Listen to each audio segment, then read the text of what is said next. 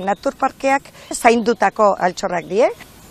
Konservazioko, natura konservazioko eremuak, baina beste helburu batzuk ere badare.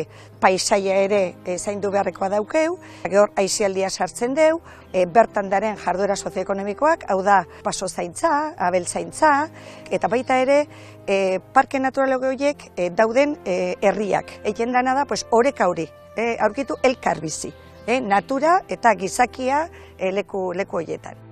Jaurlaritzak sendatzen ditu eta beak egiten du gero parke naturalen planifikazioa arautu eta gero aldundiak egiten deuna da ejekuzioa.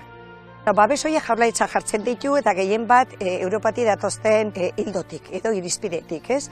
Eta segun ze beriztasunek dauzke parke bakoitze jartzen die babes mota batzuk edo bestek. Batzutan izaten die mantentzea, espezie bat, izan leke zuaitz espezie, zati hor badare pagariak eta piskat babestekoak, edo beste batzean igotzea edo handitzea edo piskat azkunde bat lortzea, bai flora eta bai fauna aldetik. Kasuz kasu aztertzen die, ikusten danen, ez dakit, flora espezie bat babestuta edo zaindu beharrekoa dauna, egin dala etxitura bat. Edo egazte bikotek, api eiken, umek zaintzen edo balima dare, orduan neurri berezi batzuk jartzen die, ez?